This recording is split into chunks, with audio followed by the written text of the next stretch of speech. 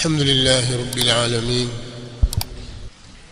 وبه نستعين على أمور الدنيا والدين، والصلاة والسلام على أشرف الأنبياء وإمام المرسلين نبينا محمد وعلى آله وصحابته أجمعين والتابعين لهم بإحسان إلى يوم الدين.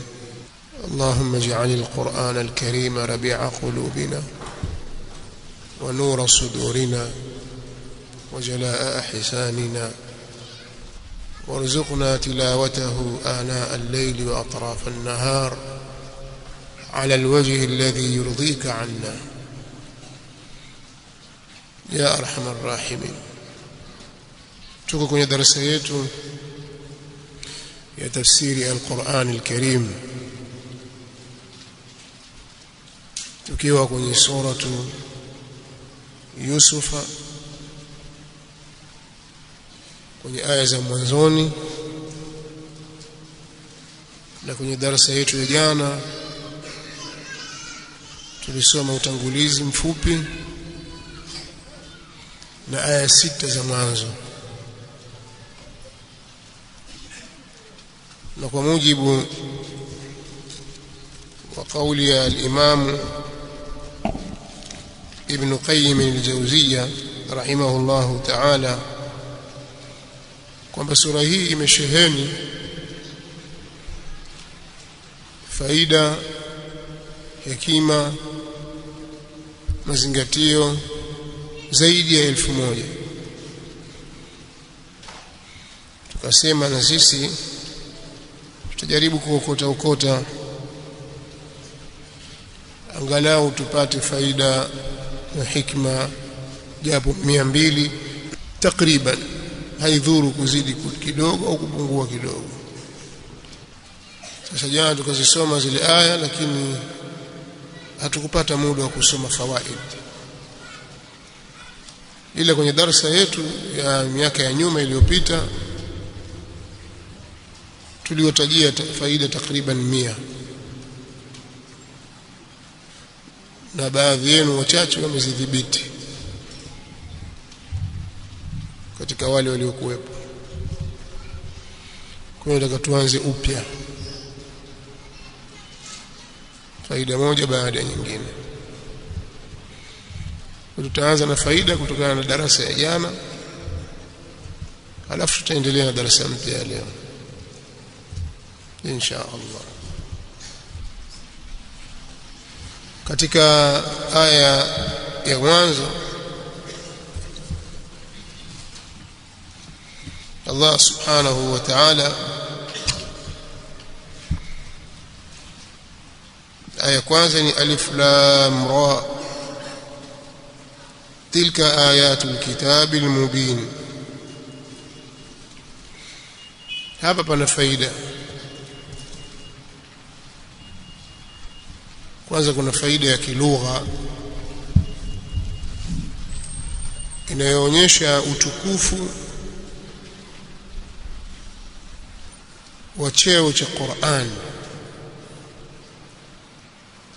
na nafasi yake, kwamba Qur'ani iko mahali pa juu patukufu, ndio daraja yake.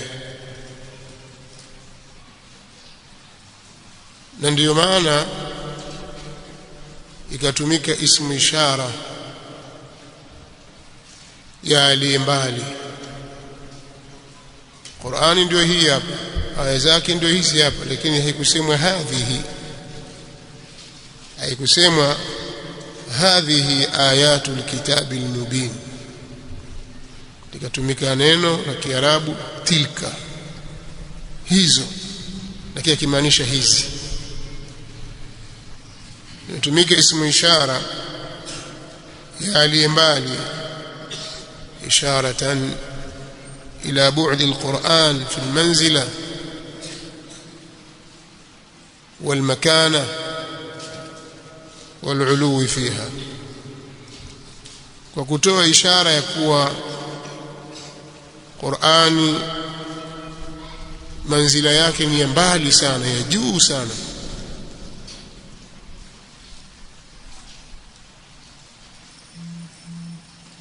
kwa sababu tu lugha ya Kiarabu inatofautiana na lugha nyingine, maneno yake huwa yanashiba sana. Faida ya pili ni ubainifu wa Qur'an, kwamba hii Qur'ani iko wazi, yenyewe inafahamika na inafahamisha. Qur'ani sio kama kitabu cha matalasimu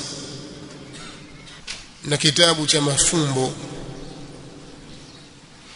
kama ilivyokuwa kwenye vitabu vingine.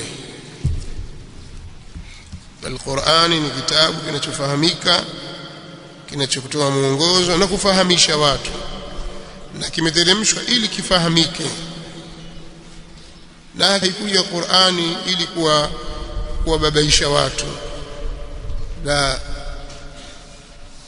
Qur'ani imekuja kuwabainishia watu na kuwawekea wazi watu mambo yanayofungamana na dini yao na dunia yao na akhira yao, kuhusiana na Mola wao na risala walioletewa. Kwa hiyo Qur'ani iko wazi, ndio maana akasema tilka ayatul kitabil mubin, kwa maana zote mbili tulizozitaja jana, kwenye kitabu kilicho wazi. Na hii ndio sifa ya kipekee ambayo Qur'ani inasifika nayo ukilinganisha na vitabu vingine vilivyoteremshwa kutoka mbinguni, hata vile vilivyoingizwa mikono ya watu, kwa sababu vitabu vya ahlul kitabi sio vyote vilivyokuwa wazi, vingine vina mafumbo ndani yake na rumuzi. Sina haja ya kutaja kwenye al-ahdul qadim wala al-ahdul jadid. Kisema al-ahdul qadim na kusudia agano la kale, na al-ahdul jadid ni agano jipya. Sina haja kutoa mifano hiyo, lakini ndani yake kuna mafumbo mengi ambayo yanawatatiza hata wao wasomi wao, bali hawafahamu. Sasa Qur'ani iko tofauti na hivyo. Kadhalika katika faida tunaona kwamba Qur'ani, lugha ya Kiarabu ni lugha pana sana, ndio maana ikachaguliwa lugha hii ibebe ujumbe wa Qur'an. Al-Imam Shafi'i rahimahullahu ta'ala anasema ولسان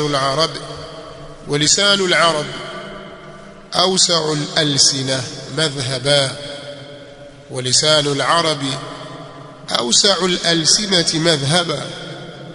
لغة ya Kiarabu ni lugha pana mno kwa mwelekeo wake, wa aktharuha alfadha, na lugha ya Kiarabu ina matamko mengi. ولا نعلمه يحيط بجميع علمه إنسان غير نبي. hatujui kwamba kuna mtu yoyote anaweza kudhibiti ilmu ya lugha ya Kiarabu, mtu ambaye si nabii. Yani jambo muhali ikawa kuna mtu sasa ile lugha ya Kiarabu anayejua yote akaizungukia yote, na mtu huyo sio nabii alafu awe na uwezo huo. Hilo jambo haliwezekani. Akaendelea na maneno yake kama alivyoeleza katika kitabu chake Ar-Risala. Kwa hiyo hii ni faida ya kuonyesha lugha ya Kiarabu ni katika lugha pana sana, bali lugha ya Kiarabu ni ashraful lughat, katika lugha zilizotukufu mno, kwa kubeba jambo tukufu kama hili la Qur'an, mpaka Allah subhanahu wa ta'ala kuichagua lugha ya Kiarabu miongoni mwa maelfu na malaki ya lugha, akiichagua kuwa ndio lugha ya kitabu chake. Inaonyesha ule utukufu wake. Al-Imam Ibn Kathir rahimahullahu ta'ala anasema falihadha anzala ashraf al-kutubi bi ashraf al-lughat ala ashraf ar-rusuli bi safarati ashraf al-malaika. Na kwa sababu hii Allah subhanahu wa ta'ala amekiteremsha kitabu kitukufu mno kwa lugha tukufu mno, tena kwa mtume mtukufu mno, kupitia ubalozi wa malaika aliyemtukufu Jibril. Wakana dhalika fi ashrafi biqa'i al-ard, na huko kushuka kukawa kumepatikana katika ardhi iliyotukufu mno. Mwanzo kabisa Qur'ani imeshuka wapi? Makkah. Wabtudia inzaluhu fi ashrafi shuhuri sana wa huwa Ramadhan, pakaanzwa kule kuteremshwa kwake Qur'ani katika mwezi mtukufu mno miongoni mwa miezi ya mwaka, nao ni mwezi wa Ramadhani. Fakamula min kulli alwujuh, Qur'ani ikawa imekamilika kwa utukufu kwa njia zake zote. Ameyasema katika tafsiri yake, tafsiri al-Qur'an al-Azim. Faida nyingine tunayoipata kwenye kauli yake Allah subhanahu wa ta'ala, inna anzalnahu qur'anan arabiyyan la'allakum ta'qilun, hii inaonyesha uluullah, kwamba Allah subhanahu wa ta'ala fawqa khalqihi jalla wa ala, yuko juu ya viumbe wake, kwa sababu kitabu chake imekiteremsha kutoka huko juu kwake na Qur'ani imetoka kwake, na an-nuzul inakuwa ni min al-fawq ila al-asfal au ila al-taht, kwa Qur'ani imeshuka kutoka kwake. Kadhalika katika faida tunazipata kutoka kwenye aya hii, tunaona hikma ya kuteremshwa Qur'ani ni ifahamike maana yake, watu waifahamu. Imeletwa hii Qur'ani ili ieleweke, watu wafahamu yaliyomo ndani yake na wazingatie aya zake. Ushahidi wa hilo kwenye Qur'ani ni mwingi sana, lakini aya hii ni moja pia ina ushahidi huu, la'allakum ta'qilun, ili mpate kufahamu, ili tafahamu. Hilo ndio lengo la kuteremsha Qur'ani kwa lugha ya Kiarabu, ili nyinyi mfahamu, muifahamu hii Qur'ani. Qur'ani si ya nyimbo kwamba muwe mwaimba tu aya zake, la, illa na sababu na malengo ni nyinyi muifahamu na mzingatie aya zake, pate mauidha ndani yake. Inma yassarnahu bilisanika la'allahum yatadhakkarun, inna ja'alnahu qur'anan arabiyyan la'allakum ta'qilun, katika Zukhruf imekuja, ili watu wafahamu na wazingatie aya zake. Kadhalika الإمام البيضاوي رحمه الله تعالى عن قوله نسيما لعلكم تعقلون علة لإنزاله بهذه الصفة، هي ndio sababu ya kuteremshwa kwake Qur'ani kwa wasifu huu kwa namna hii, kaitafahamu watuhitu bimaani, ili muifahamu na muyadhibiti maana yake, watastamilu uqulakum, mzitumie akili zenu. Faida nyingine inayopatikana katika aya hizi tulizosoma, kwamba miongoni mwa malengo ya Qur'ani ni kuzichangamsha akili na kuziamsha, iqadhu al-aql, kuziamsha, tanshitu al-adhhan, iqadhu al-uqul wa tanshitu al-adhhan, kuziamsha akili na kuzichangamsha, kwa sababu mtakiwa mzingatie, mtoe faida. Kwa hiyo akili inachangamka inapokuwa inazingatia mambo. Tunafika faida ngapi? Faida 6 kwenye aya 2. Ndio. Kadhalika kwenye aya 3 Allah subhanahu wa ta'ala anasema, na nyingine mweza kuzitaja nyinyi ukiona kwamba aya hii ina faida ndani, mbona hapa kuna faida haikutajwa, unaweza kuongeza mkasema, mtu anasema kuna faida fulani. nahnu naqussu alayka ahsana alqasas bima awhayna ilayka hadha alquran wa in kunta min qablihi la min alghafilin. Kuna faida nyingine za kilugha, za kinahwu, za kindani ndani huko, tumeona tusizitaje hizo, wanaweza kuzigundua wale wasomi. Sasa tusiwape tabu sana, za juu hizi tutazitaja biidhnillah. Kwa hakika sisi tunakusimulia, tutakusimulia wewe masimulizi mazuri zaidi kwa kuleta wahi kwako hii Qur'an. Katika aya hii inaonyesha umuhimu wa mtu kujua historia na tarikhi, kwa maana elimu ya tarikhi ni elimu muhimu kwa kila mtu kufahamu alikotoka na alipo, ili atengeneze anapokwenda. Sababu historia ni kujua habari za waliopita, na Qur'an inaeleza habari za waliopita, ndio maana ya tarikh. Kwa hiyo Qur'ani imelihimiza jambo hilo, kama ukiona katika kitazama katika aya nyingine, tilka alqura naqussu alayka min anba'iha, miji hiyo sisi tutakusimulia habari zake. Wa kullan naqussu alayka min anba'ir rusul, kila mmoja tutakuelezea wewe katika habari za mitume. Ma nuthabbitu bihi fuadak, kwa kiasi ambacho tutauitia umadhubuti moyo wako. Tutakuelezea zile habari za mitume kwa kiasi ambacho wewe utapata umadhubuti wa moyo. Kadhalika naqussu alayka min anba'i ma qad sabaq, kama hivyo tunakuelezea wewe habari za waliotangulia. Laqad kana fi qasasihim ibratun liulil albab, katika aya zile za mwisho aya mwisho katika sura hii na nyinginezo katika ayati zilizokuja kutaja habari za waliotangulia.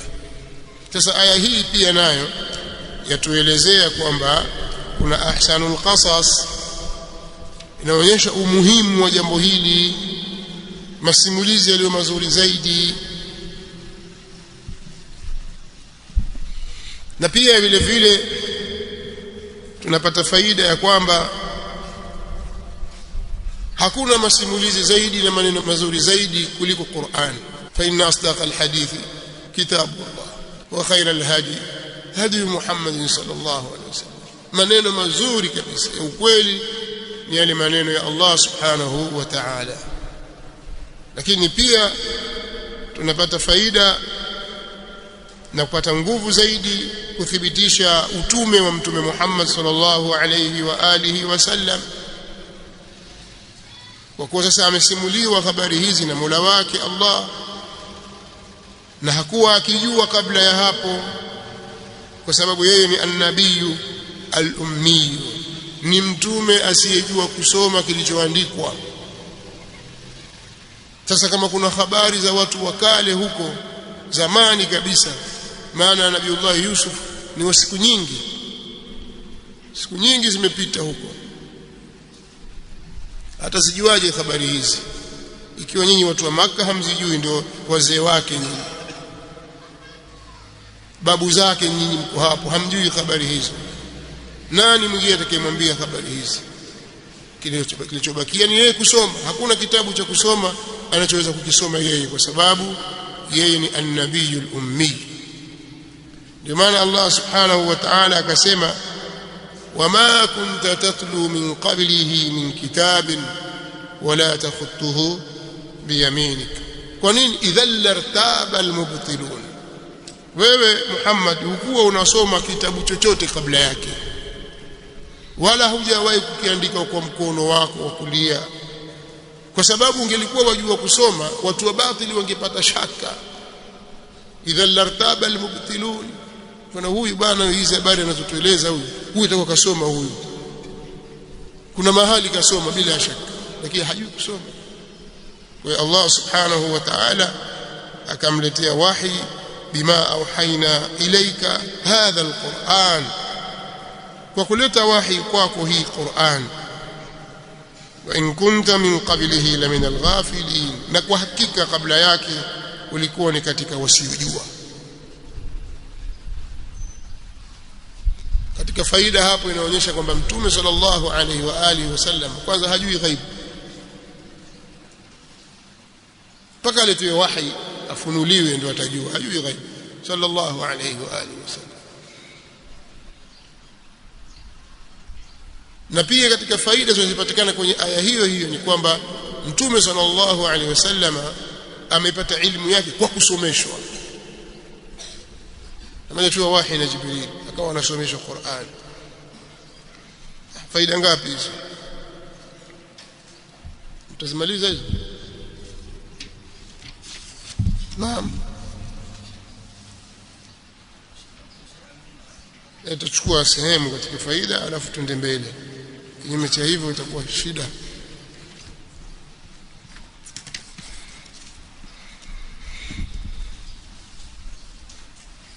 kama zimefika 10 tusimame hapo alafu tuendelee kidogo na aya za leo. Zimeshafika au zimepita?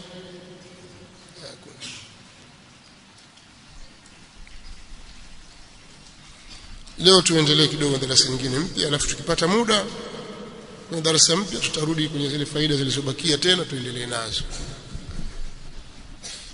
Kwa leo insha Allah tutaanza aya 7 leo. Iqra ya Mahmud.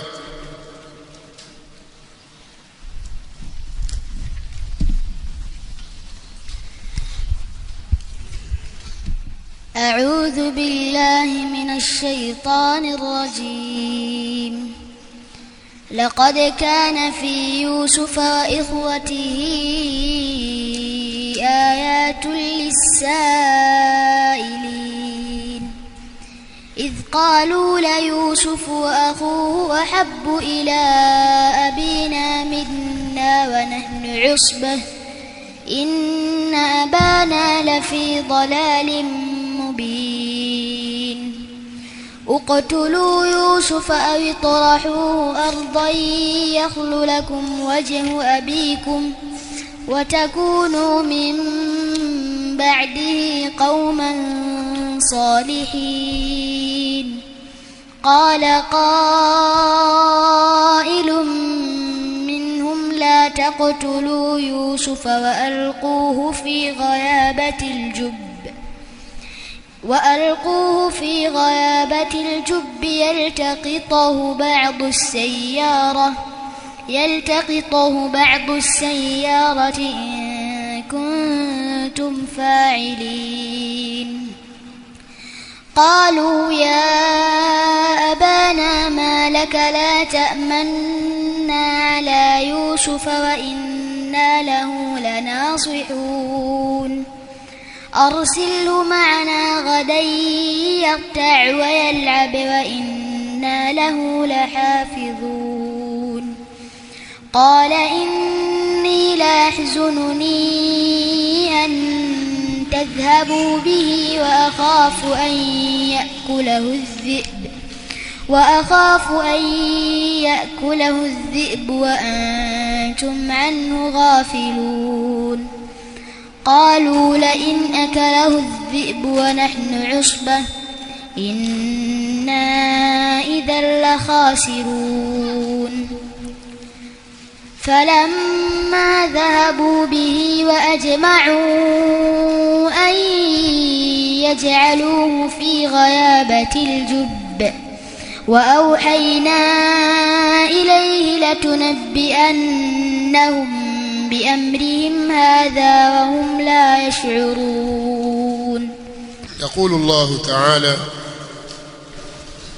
لقد كان في يوسف وإخوته آيات للسائلين. وحقيقة kupatikana kwa Yusuf na nduguze mazingatio kwa wenye kuuliza. Ayat maana ibar. Laqad kana fi Yusufa, wa hakika kumepatikana kwa Yusuf wa ikhwatihi na ndugu zake yani. Ndani ya kisa chao kumepatikana ayatul lisailin, mazingatio mengi kwa wenye kuuliza habari zao. Kwani vipi, ilikuwaje? Ukielezewa wanapata mazingatio mengi sana. إذ قالوا لا يوسف وأخوه أحب إلى أبينا منا. pale waliposema nduguze Yusuf, pale waliposema hakika Yusuf na nduguye wanapendeza zaidi kwa baba yetu. Yusuf na ndugu yake, wao ni ndugu yao pia, lakini usema Yusuf na ndugu yake kivipi? Kwa sababu tuligusia jana kwamba hawa ndugu wengine wote waliobakia ni ndugu kwa baba mmoja, na mmoja katika wale ni ndugu yake Yusuf, baba mmoja mama mmoja, shaqiquhu. wanamkusudia akhuhu Binyamin huma akhawan li abi wa ndugu yake Binyamin wanamuita Benjamin, ndio Binyamin ni ndugu yake kwa baba na mama. Sasa hawa bwana, mzee wetu bwana anawapenda sana ndugu wakubwa. Da Yusufu wa akhuhu ahabbu ila abina minna, kwa hakika Yusuf na ndugu yake wanapendeza zaidi kwa baba yetu kuliko sisi. Wa nahnu usba, na ili hali kuwa sisi ni kundi kubwa, jamaa, yani sisi tuko wengi, tutamtumikia huyu mzee. Jamaatun dhawu adadin fakaifa ahabba hadhain alithnain akthara min aljamaa, vipi mzee wetu anawapenda hawa wawili zaidi kuliko kundi hili letu sisi. Inna abana la fi dhalalin mubin, kwa hakika baba yetu yu katika makosa yaliyo wazi. Hakika baba yetu yu katika makosa yaliyo wazi, yani yuko katika makosa yaliyo wazi. Wakamtia makosani baba yao. Kwa nini anawapenda hawa? Hajapatia mzee, wakaona kwamba wao wana rai iliyo sawa sawa na baba yao hayuko sawa. Wao wana akili sana kwa sababu wengi. Kwa inna abana la fi dhalalin mubin, kwa hakika baba yetu yu katika makosa yaliyo wazi, khata'un wadih, makosa ya wazi. Kwa hiyo cha kufanya ni kitu gani? Kama baba yetu anatufanyia hivi, tufanyeje sasa? Ikaja rai, uqtulu Yusufa, wakawa naambizana hivi, muweni huyu Yusuf, tufanye maarifa tukamuue. Au itrahuhu arda, au mtupeni kwenye ardhi ambayo itamweka mbali na baba yake. Yakhlu lakum wajhu abikum, utatakata kwenu uso wa baba yenu, yani baba yenu atakuwa waangalia nyinyi, si Yusuf yuko mshamuua, kwa mtupeni kwenye ardhi ya mbali. Au itrahuhu arda, au mkamtupe kwenye ardhi ya mbali. Kwa ardhi hapo ni ismu mubham, ismu makani ambayo ni mubham kwa sababu ni ghairu mahdud. Wazada ibhamuha bitankid ardan, kwa fa'umila muamalat adh-dhuruf al-mubhama, huko mbali kabisa. Ndio Kashaf anasema ardan, Asamakhshari ardan ay ardan mankura majhula ba'idatun min al-umran, ardhi ambayo imefanywa kuwa ni nakira isiyofahamika, iliyo mbali na majengo. Pelekeni mbali kabisa, mtupeni mbali, alafu uso baba yenu sasa utatakata kwenu nyinyi tu. Yakhlu lakum wajhu abikum, utatakata kwenu nyinyi uso wa baba yenu. Atakuwa sasa hana mtoto mwingine anemringia tena kumtazama tazama, atawaangalia nyinyi peke yenu. Meleka hapo. Watakunu min ba'dihi qauman salihin, na baada yake nyinyi mtakuwa ndio watu wema. Baada yake mtakuwa nyinyi watu wema, tapendeza kwa baba yenu. Yani takunu min ba'di ma taf'alunahu bi Yusufa qauman salihin tatubuna ila Allah min dhalika as-sani'. Pia hii katika maana, kwa maana mtakuwa watu wema, kwa maana mtatubu. Sisi tufanyeni dhambi tumuue, alafu tutubie, tukitubia tutakuwa wema. Kwa wapanga njama za dhambi wakitegemea kwamba watatubu baada ya hapo. Qala qailun minhum la taqtulu Yusufa, akasema msemaji mmoja miongoni mwao, msimuue Yusuf. Wa alquhu fi ghayabati aljubb, na mtupeni kwenye kina cha kisima. Wa alquhu fi ghayabati aljubb, kwa hiyo mtupeni katika kina cha kisima.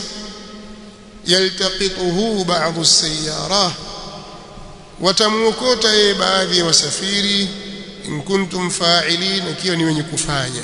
Qalu ya abana ma laka la ta'manna ala Yusuf, wakasema ewe baba yetu una nini, mbona hutuamini juu ya Yusuf? Una nini wewe baba, yani mbona hutuamini juu ya Yusuf? Wa inna lahu lanasihun, na hakika sisi ni wenye kumpendelea khairi yeye. Arsiluhu ma'ana ghadan, mwache kesho aende pamoja na sisi. Yarta' wa yal'ab, alishe wanyama na acheze na sisi. Wa inna lahu lahafidhun, na hakika sisi ni wenye kumchunga, ni wenye kumhifadhi yeye, na hakika sisi ni wenye kumhifadhi yeye, tutamlinda. Qal, akasema Nabiullah Yaqub, inni la yahzununi an tadhhabu bih, kwa hakika mimi kuna nihuzunisha nyinyi kwenda naye, ndugu wenu mwende naye huko, ile jambo mimi lanipa huzuni sana. La yahzununi dhahabukum bi Yusufa ila al-bariyya wa yashqu alayya ghiyabuhu anni, jambo la kwenda naye nyinyi maporini linanihuzunisha na linakuwa zito juu yangu, kunakuwa kuzito ngeye kuwa mbali na mimi. Muondoke naye mchana kutwa, siku moja siku mbili hayuko, simuoni, hilo jambo ni gumu kwangu. Jambo la kwanza, wa akhafu an yaakulahu dhibu, na ninahofia asije akaliwa na mbwa mwitu. Wa akhafu an yaakulahu dhibu, na ninahofia asije akaliwa na mbwa mwitu. Ardhi ni masbaa, ina wanyama mbuawe wengi, wakiwemo dhiab, mbwa mwitu. Sasa huko nyinyi mnapokwenda, nahofia asije akaliwe na mbwa mwitu. Wa antum anhu ghafilun, na hali ya kuwa nyinyi ni wenye kumsahau. Mtashughulishwa nyinyi, mtakwenda huku kule, mtalisha wanyama, mtacheza, mtakula matunda, mtamsahau ndugu yenu, ataliwa na mbwa mwitu. Wa antum anhu ghafilun, na ili hali nyinyi ni wenye kumsahau. Qalu, wakasema ndugu wale, la in akalahu dhi'bu wa nahnu usba inna idhan la khasirun. Sawa. Qalu, wakasema la in akalahu dhi'bu, wallahi itakuwaje mbwa mwitu amle yeye. Sasa kutafsiri hivyo, lakini pia unaweza kutafsiri la in akalahu dhi'bu, mbwa mwitu akimla yeye, wa nahnu usba, na ile hali sisi ni kundi kubwa, inna idhan la khasirun, basi hakika sisi tutakuwa ni wenye kula hasara, hakika sisi ni wazembe. Inna idhan la khasirun, sawa, basi sisi tutakuwa ni wazembe, yani inna idhan la ajaza alhalikun la khaira fina wala naf'a minna, sisi tutakuwa ni wazembe waangamivu, hakuna khairi kwetu wala hakuna manfaa. Sote sisi tulikuwepo hapa, tumwache ndugu yetu aliwe na mbwa mwitu hivi bwana, wazembe wakubwa sisi. Na kiyote tutakumwaminisha mzee wao, lakini tukienda ile wallahi itakuwaje aliwe na mbwa mwitu na hali sisi ni kundi, basi sisi itakuwa ni wazembe. Inna idhan la khasirun. Falamma dhahabu bihi wa ajma'u an yaj'aluhu fi ghayabati al-jubb, walipokwenda naye na wakaafikiana wamtie kwenye kina cha kisima. Falamma dhahabu bihi, walipokwenda naye, wa ajma'u an yaj'aluhu fi ghayabati al-jubb, na wakaafikiana wamtie kwenye kisima, kwenye kina cha kisima. Auhaina ilayhi, tulipeleka wahi kwake, tulimpelekea wahi Yusuf, la tunabbi'annahum bi amrihim hadha, kwamba utakuja kuwasimulia jambo lao hili. La tunabbi'annahum, utakuja kuwasimulia wao. La tukhbirannahum biamrihim hadha, jambo lao hili utakuja kuwasimulia, kwa maana kwamba utatoka hapo kishaambia kwamba wewe bwana utakuja kuwasimulia habari hii, kwamba hutakufa humo na utatoka salama. Utafika wakati utakuja kuwasimulia, utakutana nao, utawaambia nyinyi mlinifanyia hili na hili na hili. Kwa utakuja kuwasimulia jambo lao hili, wa hum la yash'urun, na hali wao hawatambui. Wakati huo wameshasahau, kwa sababu siku zote mtu anayefanya ubaya huwa anasahau, kwa kuwa hakuyapata maumivu ya ubaya ule aliofanya. Lakini yule alifanyiwa huwa anakumbuka, ni fulani ni yule fulani hivi.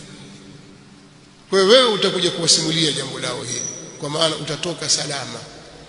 Wajau abahum ishaan yabkun, wakamjia baba yao wakati wa jioni hali ya kuwa wanalia, wanakuja na vilio. Sasa lia kweli kweli, mwalia nini? Qalu ya abana inna dhahabna nastabiq wa tarakna yusufa inda mata'ina faakalahu adh-dhi'bu, alafu akimbilia haraka haraka, wama anta bimu'minin lana walau kunna sadiqin. Tutaanzia hapo darasa kesho inshallah. Vilio, viapo na kutaka kusadikishwa haraka haraka, jenga ukuta kabisa ile, waambia sio kama siwaamini, mimi nawaamini. Wama anta bimu'minin lana,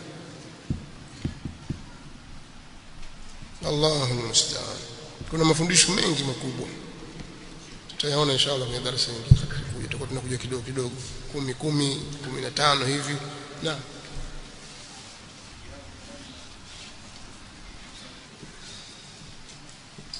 jawabu kwamba wakamtia kisimani.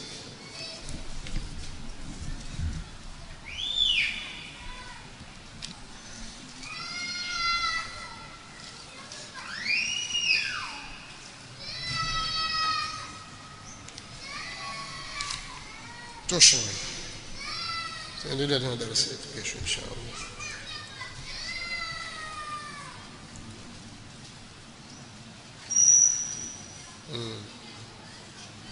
ابن عاشور anasema jawabu lamma mahdhuf dalla alayhi an yaj'aluhu fi ghayabati al-jub wa at-taqdir ja'aluhu fi al-jub, wakamtia kwenye kina cha kisima. Na kama hivyo pia amesema Ibn Kathir, wa huwa min al-ijaz al-khas bil-Qur'an fa huwa taqlil fi al-lafz li dhuhur al-ma'na.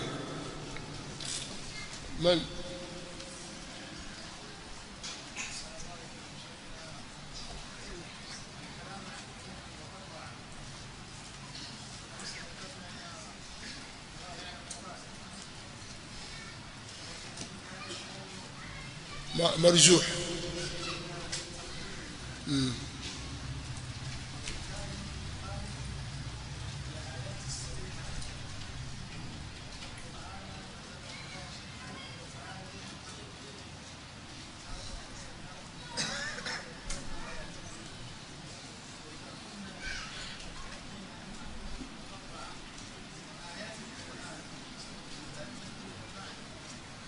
ما هي المعنى؟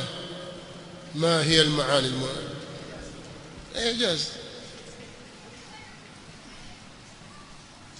تعرف معناه؟